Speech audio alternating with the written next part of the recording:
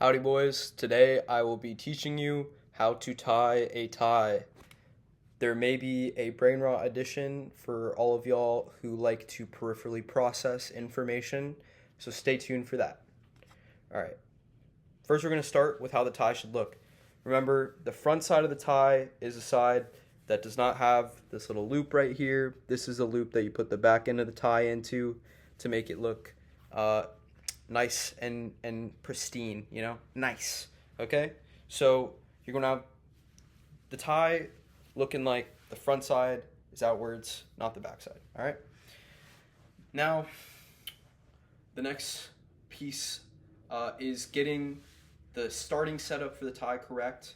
In order to get the starting setup correct, you want to have it look like this. I have my collar up right now just so you can see.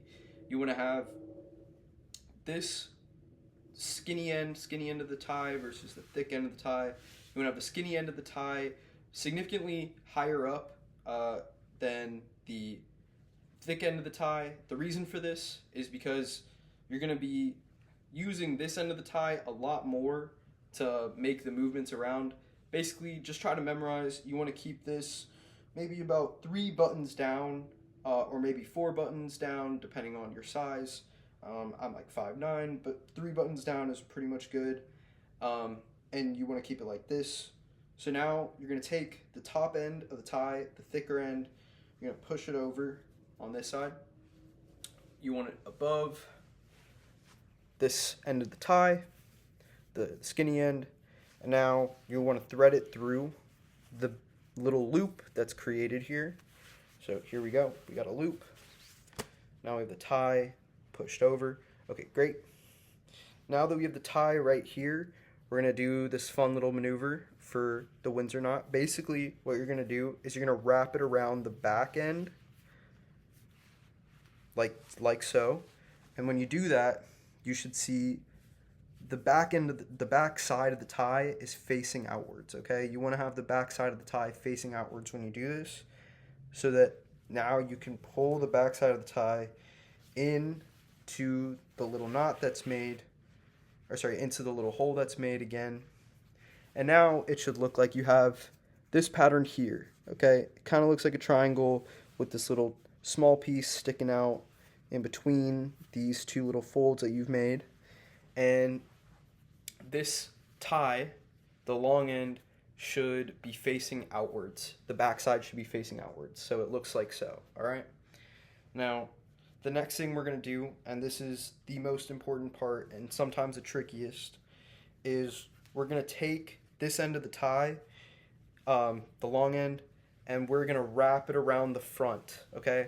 When you wrap it around the front, you're going to see it makes this nice little shape, all right? This shape, we like this shape. This is a great shape, okay? You want this shape.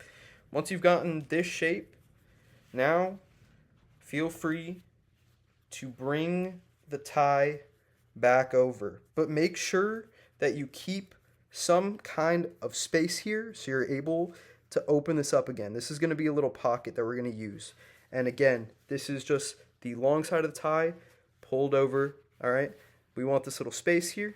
Now we're going to pull it up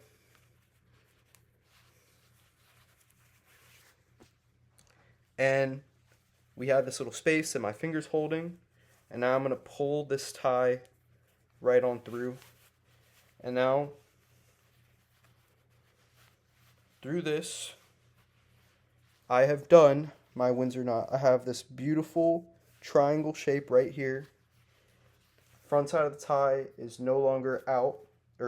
Front side of the tie is out. Back side's no longer out. Now I can tighten by just pulling the thin end tight.